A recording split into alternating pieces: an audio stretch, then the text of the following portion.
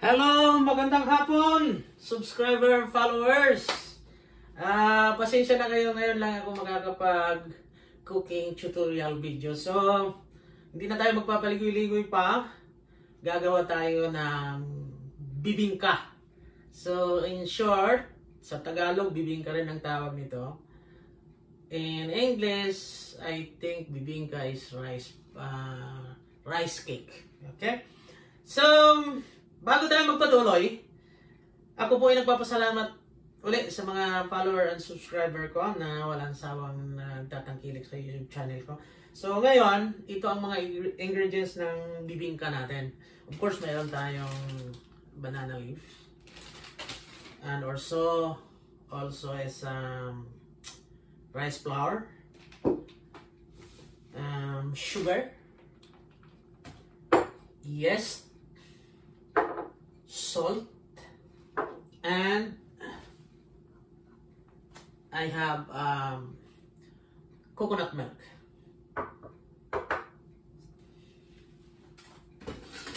So ihahalo-halo lang natin to.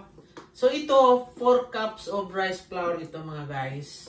And then 4 cups of rice flour. So ang equivalent na sugar na ilalagay natin is 1.5 cup. So it's sugar. Just mix only.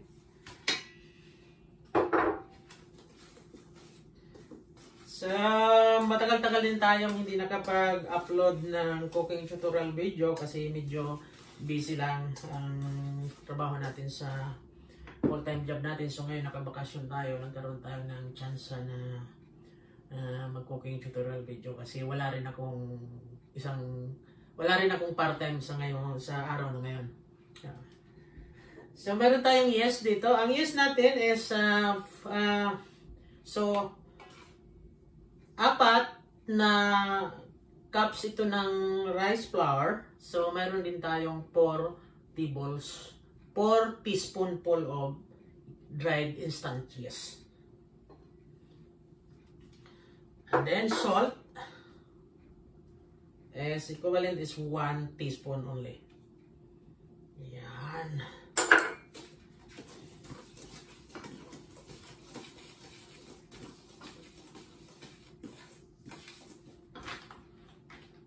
And then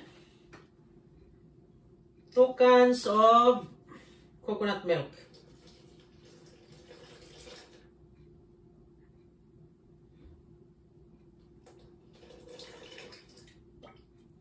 So, ganito ang pagbuhos ng coconut milk para maubos talaga yung laman niya kasi minsan tumitigas sa ilalim. Yan. So, huwag ubusan ng laman ka agad, alugin natin. So, yan. So, nakakuha kayo ng konting secret. So, ang recommended is 2 cans. Ewan ko lang kung epektibo ito pero ewan ko lang dati kasi medyo matagal-tagal na rin akong hindi nakagawa nito. So, 2 cans. So, ang pangalawang lata, wag muna nating ibuhos ito ha. Kasi tansyahin natin kung ano ka lapot siya.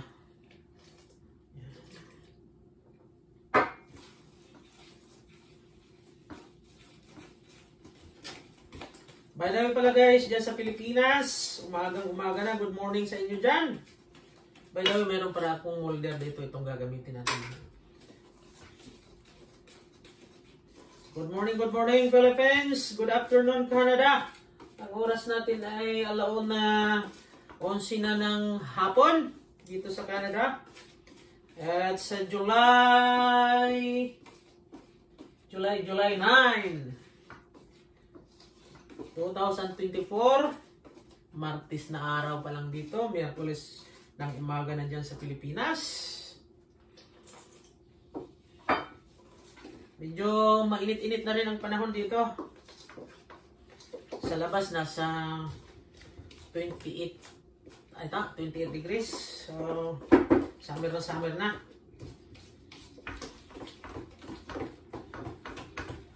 So, siguruhin lang natin na walang buo-buo ang ano natin. Kung mayroon kayong ito mamaya gagamitan natin to ng para firm talaga siya. Parang walang buo-buo. So, sakto naman siguro yung dalawang lata. Parang okay naman.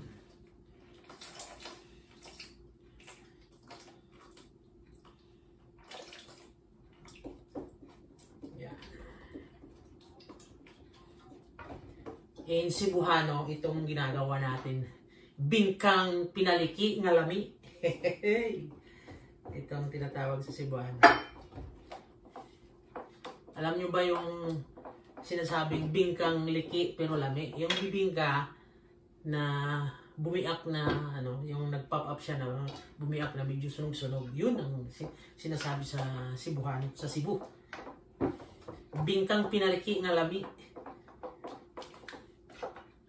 So, ito parang okay ito. Oh, sorry.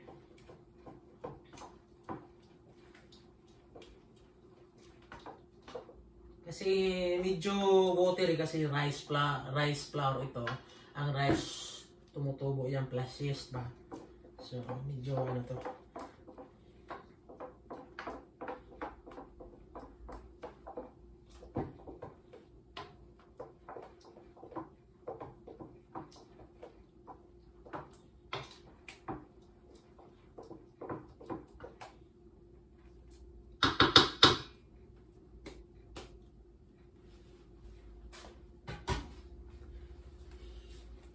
So, tatakpan muna natin yung mga guys. Kukuha tayo ng plastic.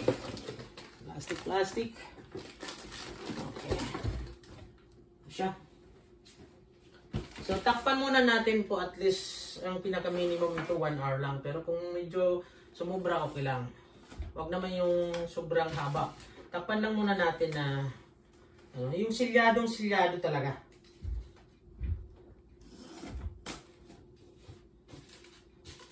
Para sigurado na yung mga natitirang flour na hindi nahalo, pag nag-pop up siya, may tendency siya na maging ano siya, mahalo ng gusto siya.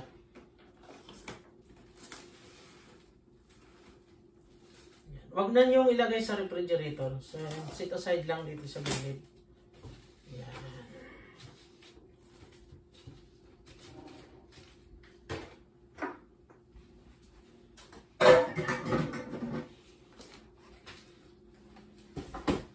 So, while na inaantay natin ito na mag-pop up, ayusin muna natin yung dahon ng saging na ilalagay natin dito. Sapin na natin. Anyway, bakit pala pwede naman natin lagyan lang ng wax paper dito kaya margarine. So, baka magtanong kayo bakit gagamitan natin ng dahon ng saging. So, sa inyong kalaman, itong dahon ng saging nakakapagdagdag ito ng aroma. Yung aroma ng linuluto natin. So, okay. So, ang gawin natin ito, ilalagay muna natin sa ewan ko kung anong tawag sa Tagalog nito in my dialect, in my province, they call lahob. I don't know how they call in Tagalog yung para hindi siya mapunit, ipadaan muna natin sa apoy. Okay.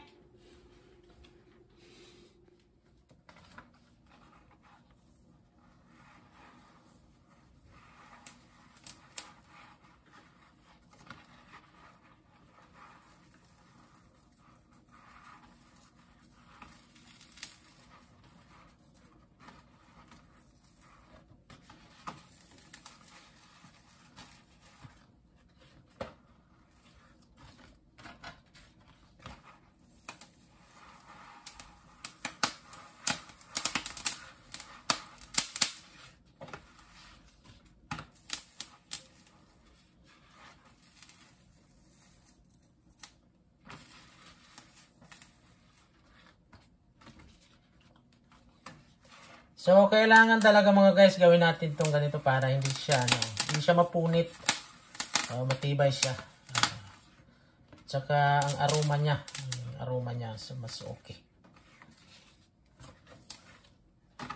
Tanda rin natin exhaust, baka tumunog yung fire alarm natin.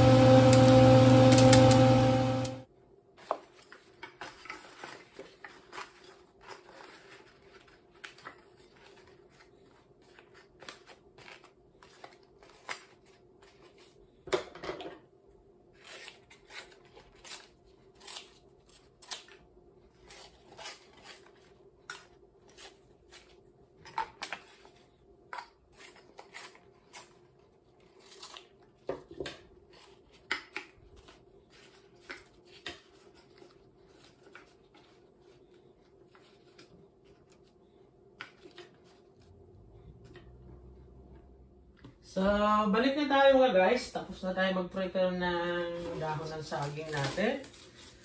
Saka ito na. So, ito na ang ano niya. Nag-prepare na ako ng mga lalagyan.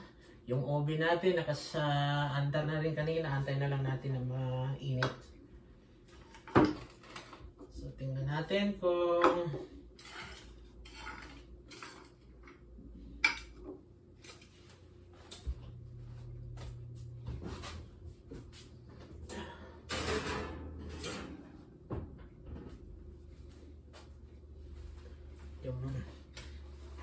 na makalimutan natin dun sa ilalim. Mainit, mainit.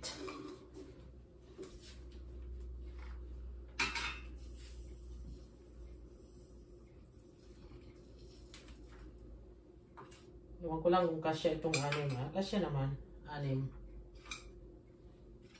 Yan.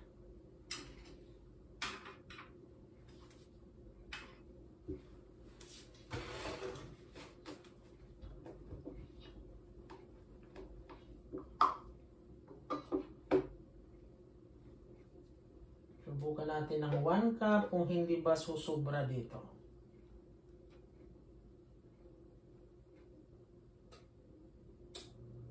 Parang hindi kayang punuin ng 1 cup. Kaunti lang, kaunti lang.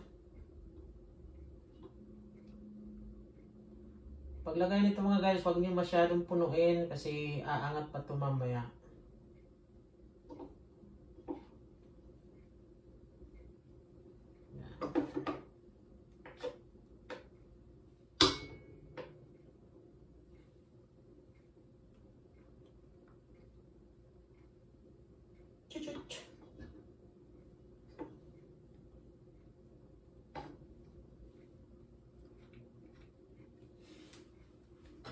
May ayusin natin yan.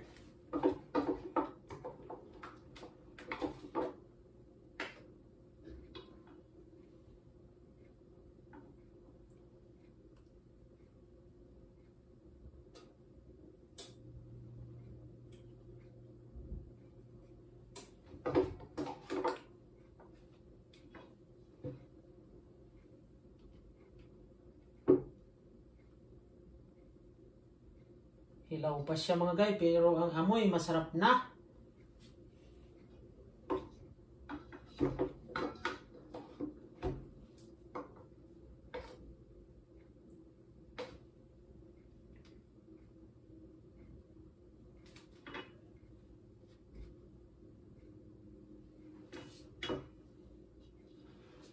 Okay, meron tayo isang malaki rito.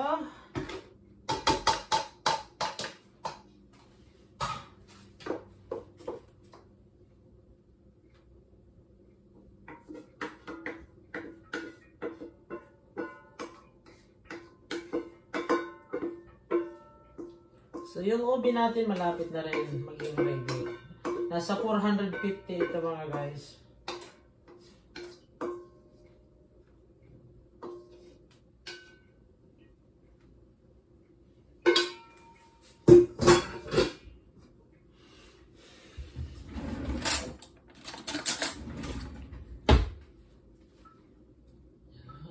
Ayusin lang natin konti. Ito parang sobra to konti eh.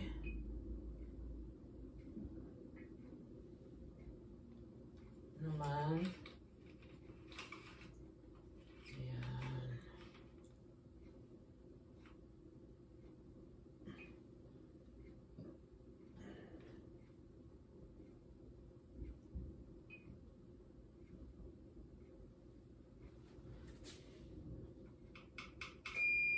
Yun! Narinig nyo? Tumunog na. So it means ready na yung oven natin.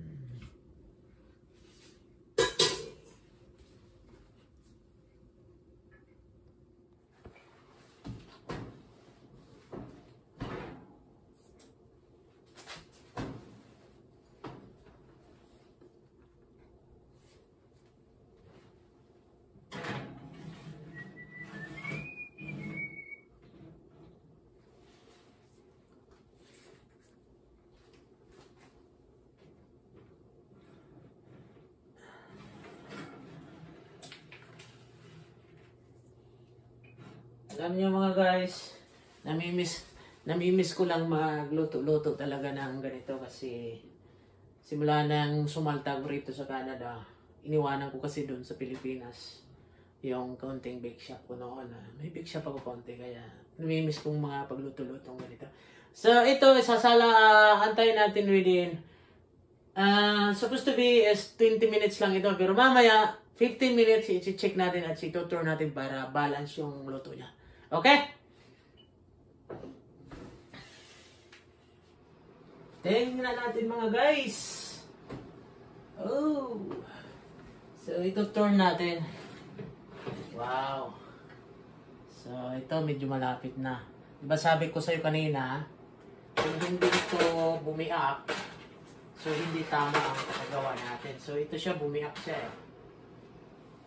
So ibig sabihin, ito bumiak na siya oh.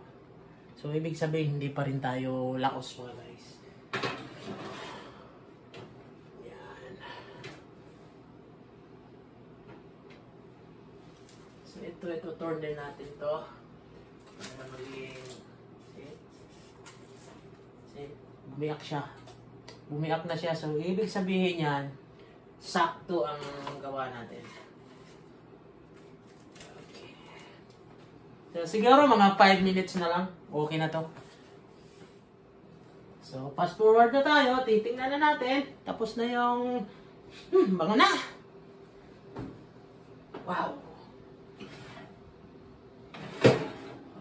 Ito na mga guys. Yung ginawa nating bibingkang may liki ng lami. Ayan o.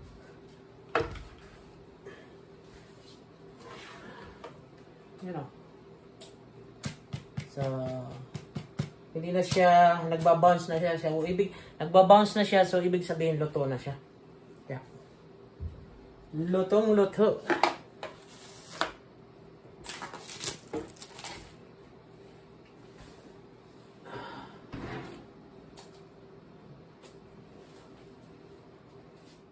So, ayan na mga guys, yung finished product natin. Ayan.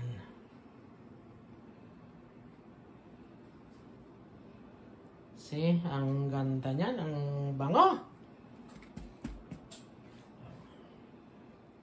So, salamat sa panonood mga followers, subscriber, at saka doon pa sa mga nanood sa akin na hindi pa nakapag-subscribe. Please do subscribe, like, and share. At huwag nyo akong kalilimutan na laging i-follow. Itong ginawa natin ngayon, ang ingredients nito nasa huling video na to. Okay? Bye for now!